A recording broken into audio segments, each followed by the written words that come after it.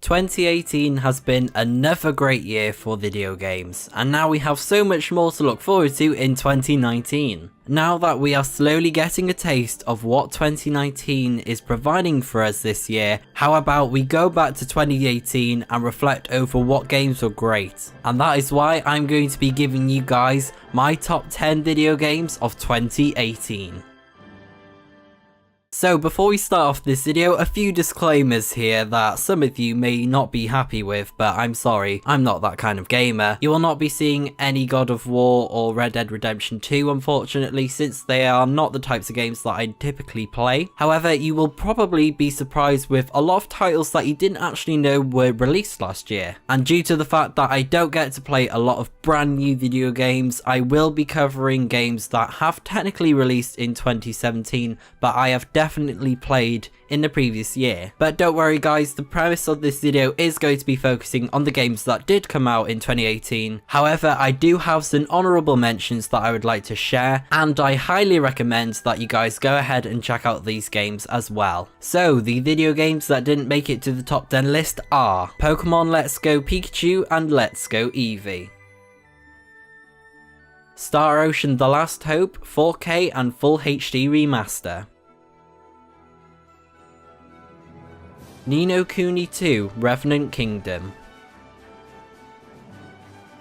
Dragon Quest XI Echoes of an Elusive Age, and finally Unravel 2. So now those video games are out of the way, let's go ahead and start off this top 10 list. Starting our list off at number 10, we have The Awesome Adventures of Captain Spirit. Now this was a game that none of us were expecting. Once again, Don't Nod Entertainment has made a return with the Life is Strange series with a brand new game with a completely different and original story. I've got to say, I was very impressed with this game, as well as it being free, and there is so much you can do in such a small game. The overall theme with the main character who has a very imaginative and creative mindset, which is very refreshing to see, and I think it's great to see the company do something that's slightly different compared to the overall series, since we've had nothing else that is quite like this game. And I think the controls in the game where you can use your powers as Captain Spirit are absolutely adorable, and I cannot wait for Don't Nod Entertainment to reveal more information about this character, since he has not yet been revealed in Life is Strange 2, which I am a little bit disappointed about. However, for such a short game, this has so much replayability, since there are so many different decisions that you can make in the game. There are multiple decisions and outcomes that you can come across in the game, as well as the customization with Captain Spirit at the very start of the game, and I thought that was such a cool detail,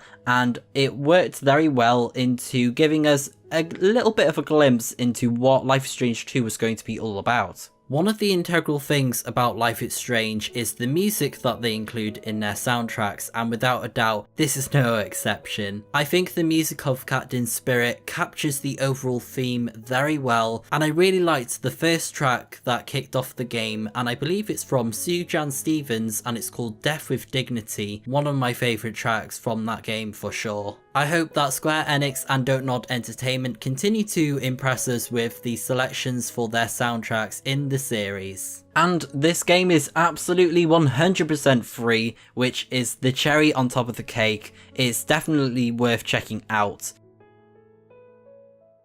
Up next, we have at number 9, Detroit Become Human. So Detroit Become Human is developed by Quantic Dream and is also directed by the amazing David Cage, who have both worked on really epic titles such as Heavy Rain, Fahrenheit, and Beyond Two Souls. It's been a very long wait for this game, but I have been so impressed with what Quantic Dream have provided to us, especially with the very thought-provoking story, which I feel like a lot of us will have in the back of our minds for a very long time. And I think this title is very primitive to our time, especially with the androids and humans in both society, especially to this depth as well. I think that is something that is very brave of Quantic Dream. And the story to this game is phenomenal. The amount of detail that there is put into this game, the decisions and the outcomes and the different ways you can die, it's intense, but also really, really cool. And if you're interested in how your decisions are impacting the overall storyline of the plot, you can go ahead and check through in the flowchart, which has a lot of details in terms of what you can do differently. Additionally to the plot, we have 3 other characters that we can play as, and they all have their own unique storyline, and they all have their own flow of gameplay where certain things are more of a focus in certain parts, especially with Connor, since he has a lot of detective focused aspects of his gameplay, and it works very well with the overall plot and keeps you very engaged with the overall gameplay as well. If you have checked out or played the previous Quantic Dream games, then you definitely know what to expect in these types of games, and they have definitely raised the bar once again. I am so impressed with this title, and there's so much to this game where you can jump back, change certain decisions that you make, or do things differently compared to previous runs, or if you really just want to kill everyone, go ahead and do so. And I think the focus of this game, and is a very important one, is the fact that every single decision that you make in the game does have an impact to the overall game. Not necessarily with the outcome in certain decisions, obviously, but I love how this game makes you feel very much in control of everything that goes on around you, and I think that's something that is almost not achievable in most titles, especially with, in my opinion, some of the Telltale games have been lacking in the overall control of how your decisions are changing the game, whereas I feel like with Detroit Become Human, so much of the decisions you make impact everything. Also, I was very impressed with the motion capture quality that they did for this game. No doubt it took them such a long time to do so, and as well, I was very impressed with the cast for this game. I felt very invested in the characters in this game, and I feel like it is a great thanks to the cast for making that possible.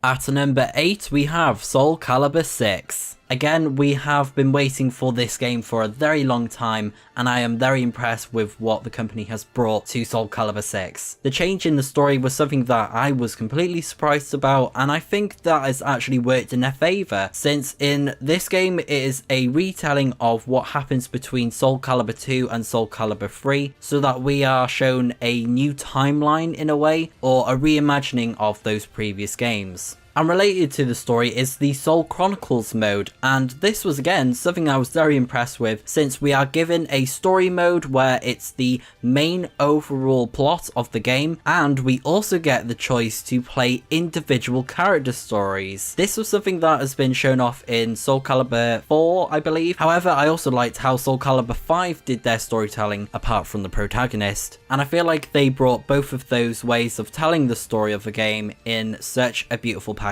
So if you really want to get into the plot of where these characters stand and the backgrounds with each of these characters, you can do so. I fell in love with this mode. I think it is a great addition. Of course, the gameplay is always very smooth and has a great flow to it, and I really like the improvements that they've done, especially with the critical edges that you can perform now. Also, another great thing about this game is the soundtrack. I think they had a lot of great tracks that definitely get your blood pumping, ready to fight on your targets and your enemies in battle. The graphics to this game are absolutely gorgeous, and I cannot wait for what other characters that they bring to the plate, since they are doing DLC characters. One of them was already announced, which I believe was 2B, who is from Nier Automata. I think that's a very interesting addition to the game. Also, they released Tira as a DLC package, but I think she should have been added in the game anyways. But still, I cannot wait for what Soul Calibur 6 has to bring to us in 2019, since we have more content coming very soon. With number 7, we have Spyro Reignited Trilogy. Ever since it was announced that Crash Bandicoot was being remastered, I was really hoping that Spyro was going to be remastered, and my dreams came true with this game, and I am so impressed with the overall outcome. The amount of detail and nostalgia to this game is absolutely insane. As soon as I started off the first level, I was like, yep, I know this world, I recognize it so well, and it is gorgeous. The graphics in this game are phenomenal, and I feel like it definitely pays a lot of homage to the original ones without making it seem very murkied or completely different. I feel like this game is very loyal to the previous titles, especially in terms of the overall quality and accuracy to those previous titles. Also, I was very impressed with the reimagining of the music, definitely something that got my nostalgia going as well. With the game controls, I felt very much in full control of Spyro and nothing felt very clunky, but it also reminded me of the previous titles and it felt very fresh to behold. And it is an absolute blast to play. For me, because I've had a lot of time playing on Spyro 3 Year of the Dragon, there was so much nostalgia going through my mind and I was so captivated with the performance, the stages, the levels, the graphics, the environments. They were so beautiful and I just couldn't take my eyes away. I was so engaged with this game and I have so much more to play with it and I cannot wait to complete it. At number 6 we have Dead in Vinland. So this may be a game that a lot of you do not know about or might not have heard before, but Dead in Vinland is a survival game that is set on this island that a Viking family crash land on, and it's up to you to keep the family alive. What I love about this game is the amount of overall control you have over every single aspect of keeping these characters alive, especially with the determining factors in terms of what could kill your family members or your group members, as well as making sure that your characters are doing the best performance possible. This is something that I love about games when there are statistics and a lot of strategy put into things where you feel a lot of control and ease into a game. And just a heads up, if any of your family members die, you'll have to restart the game all over again. It can be very unforgiving, but I feel like this game has a great learning curve behind it where you need to think a lot about the decisions that you're making with each character, whether you should be focusing on making resources or making new materials so that you can create more items, or if you want to improve your character's levels or gain experience. It is all down to you. This game also has a great combat system that is a turn-based one, and it's very fun to play, and I think it's great that these battles have an impact towards the overall survival of the game too, where if you die you will be losing resources and people will be getting injured, whereas if you do win you will be rewarded with some resources and items that you can use for your campmates. And I think there's definitely a very interesting story behind this game. I have yet to complete it, and I feel like when I do, there'll be a lot of things put into the plot that will make a lot of sense. There's also an exploration aspect to this game where you can discover more landmarks of the island and basically progress your survival of the group and make sure that you are able to survive as long as possible. This game has been getting a lot of love too with some patches, and they've also added in some DLC where you can supposedly get a cub or a wolf to your group, which I think is really cool, and I have yet to find him, so I will be looking out for him when I come back to Dead in Vinland. At number 5 we have Sonic Mania Plus. Of course I have included a Sonic title into this list. Sonic Mania has definitely been one of those games that impressed me in 2017 and definitely took me off guard in terms of how amazing this game actually is. The quality behind this game with the controls and the amount of detail in each level is insane, and I feel like the gameplay itself is very much what we all wanted in a classic 2D platforming Sonic game. With that being said, this game is actually a very original and authentic one because this game has its own story which unfolds as you play through each of the different zones and stages. There will also be a lot of stages that you may recognize if you have played through the previous Sonic games, and there are also new stages to this game, some of my favorites being Press Garden and Studio Opulus. I love those zones, and those put together with the 2D platforming gameplay, it is so fun. But the main reason of this game being on this list is of course the DLC, which is called Sonic Mania Plus. So with this addition to the game, you get to play as two new characters who are Ray the Flying Squirrel and Mighty the Armadillo. There's also a new mode to this game which is called Encore Mode, and the way this works is you play through the standard game but instead of lives, you are able to alternate between all of the characters that you can play as in Sonic Mania. So that includes Sonic, Tails, Knuckles, Ray, and Mighty. As you're playing through, you swap between each of these characters, and you can even swap with your buddy character who's in the background. And as characters die, you will be able to use one of your backup members if need so. I think this was great to see that this game is getting some love, especially with the added on content for this year. Definitely something that brought my hopes up for this game, and is probably one of the best 2D platforming Sonic games of all time. Also, if you would like to see me in action playing this game, I highly recommend that you go ahead and check out my playthrough of Sonic Mania. And you can also see how badly I did at this game with the funny montage that I made for Sonic Mania as well. So if you are a Sonic fan just like me, please go ahead and check out this game. Highly recommend it, and I have no doubt that you will not be disappointed. At number 4, we have The Council.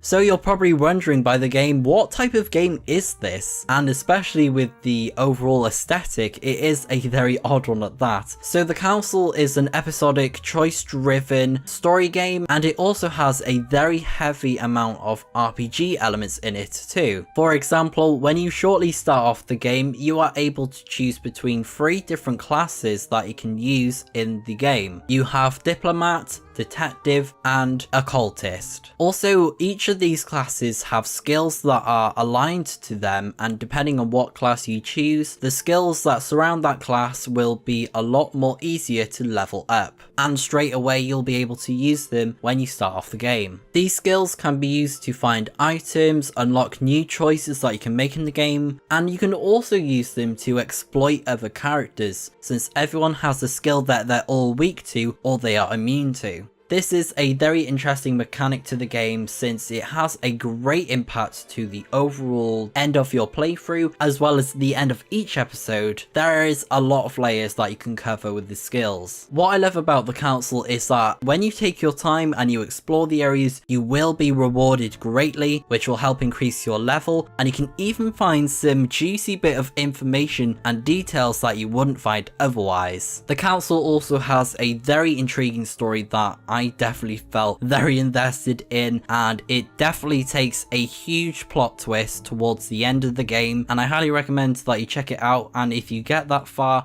which is around the period of episode 4 to 5, absolutely polarizing, and it is overall crazy, but I love it. And also the designs of the characters are very out there, but I think it's very great. It definitely gets the message out there about this game that it is something that is not like any other game that you will play. Also, if you would like to see the game in action, you can go ahead and check out my playthrough of The Council, where I played through episode 1 to 5 in the full.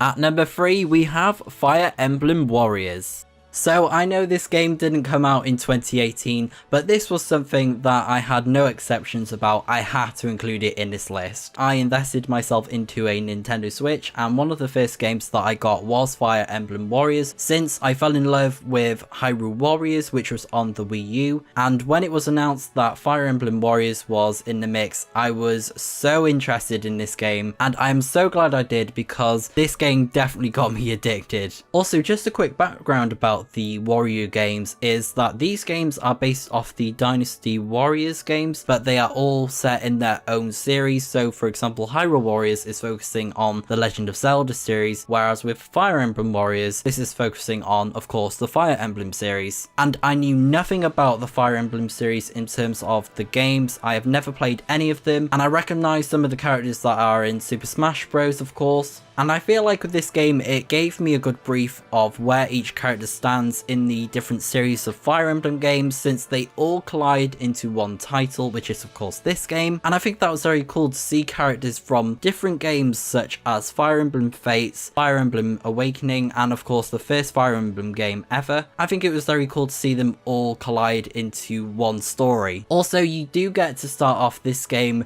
with a character of your choice, which I think was a very interesting way of starting off. You can choose between either Leanne or Rowan, Rowan, who are the new and main protagonists of this game. And I wasn't a fan of Rowan, so of course I took a great liking to Liana. There is also a history mode, which is the equivalent to adventure mode from Hyrule Warriors. This mode allows you to play through previous Fire Emblem battles that happened in each game. And you can also unlock some cool new weapons and characters to add to your arsenal. What I like about this game is that it feels very unique, and it also has a lot of strategy put to it as well. And when I first checked out the map layout that is in the game, it reminded me a lot of Fire Emblem Heroes, and I think that's really cool how you can send other characters to do other tasks whilst you control your own character. And I know this was not a feature from the previous Hyrule Warriors game, but they added it as a new feature in the definitive version, which is of course on the Switch. And I think it's a very cool way to play, as you can head through objectives but also do a lot of awesome devastating combos against enemies. Another cool thing about the gameplay is of course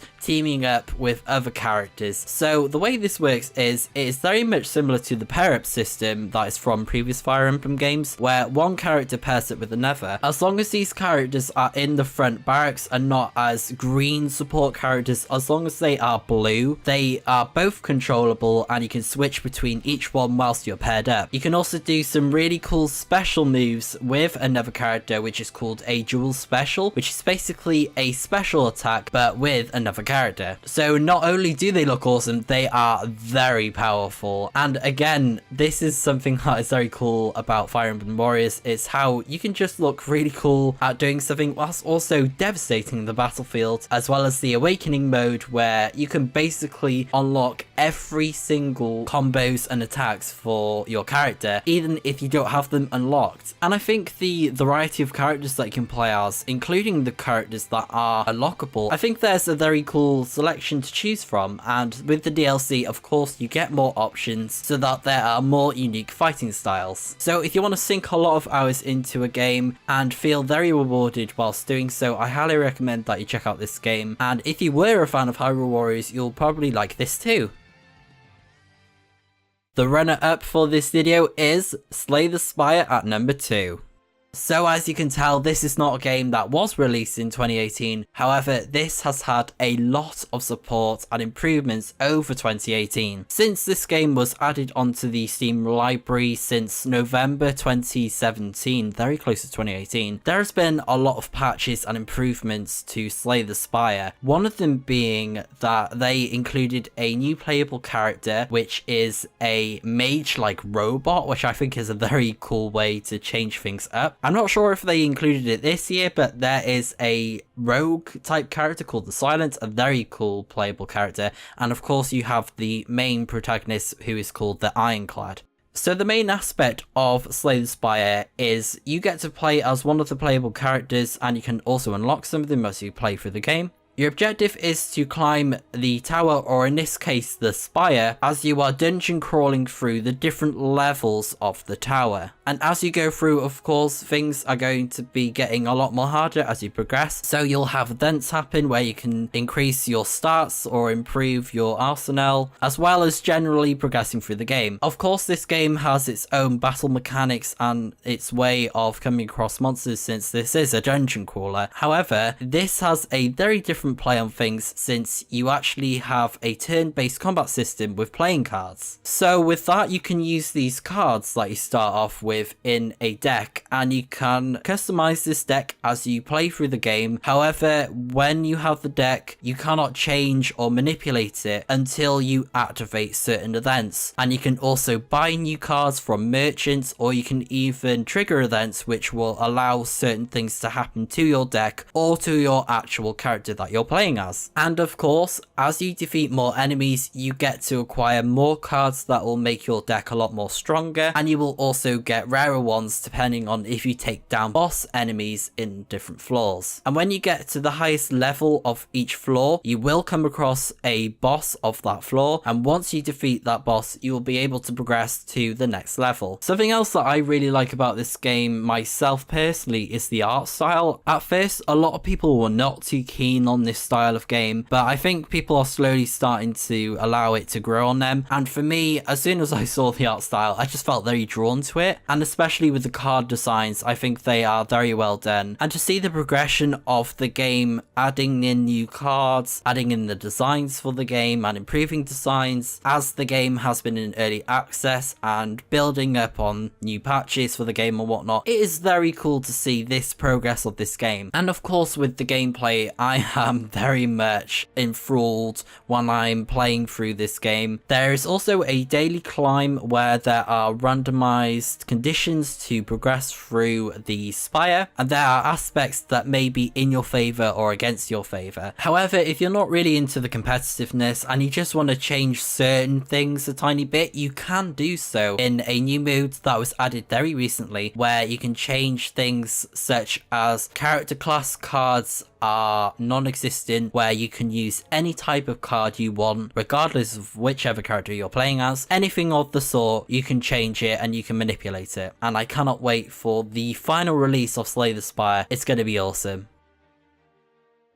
And now the moment you guys have all been waiting for, and you have probably guessed it already, my favourite and top game of 2018 is Persona 5. I know this game did not come out in 2018, but how could I refuse possibly the best JRPG of all time, and especially of 2017? Unfortunately, I didn't quite get the hype of Persona 5 at first, but thanks to one of my friends, he managed to pull me in and convince me that this is probably one of the best games ever out there right now. Even though this game didn't come out last year, we have a lot of things to be hyped about with Persona 5, and especially with Joker, since he is going to be in Super Smash Bros. Ultimate very soon in 2019. There are also a lot of rumors about an extended version of this game, which I believe is going to be called Persona 5 Crimson if it does come out. Very similar to what happened with Persona 4, since they released the Golden Edition of Persona 4, which basically included way more content than the original game. If that does happen, I am all in. I'm so excited. There are so many aspects to why this game is phenomenal, including the plotline, the writing, the story, the soundtrack, the gameplay, the mechanics. Everything about this game is phenomenal. It is a masterpiece, and that is why I'm playing this game on streams. It's such a fun game to play through, and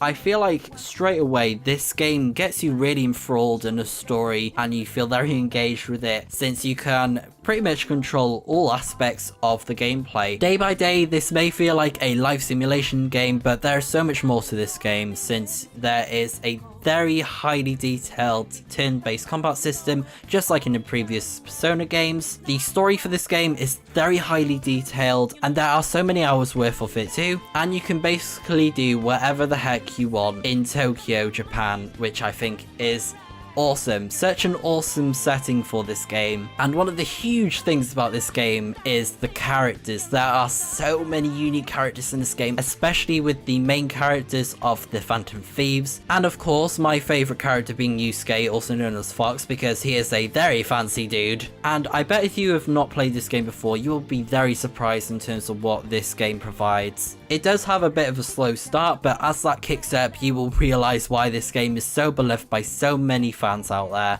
And you guys can also check out my playthrough of Persona 5 if you are interested. Go ahead and check out the links in the description.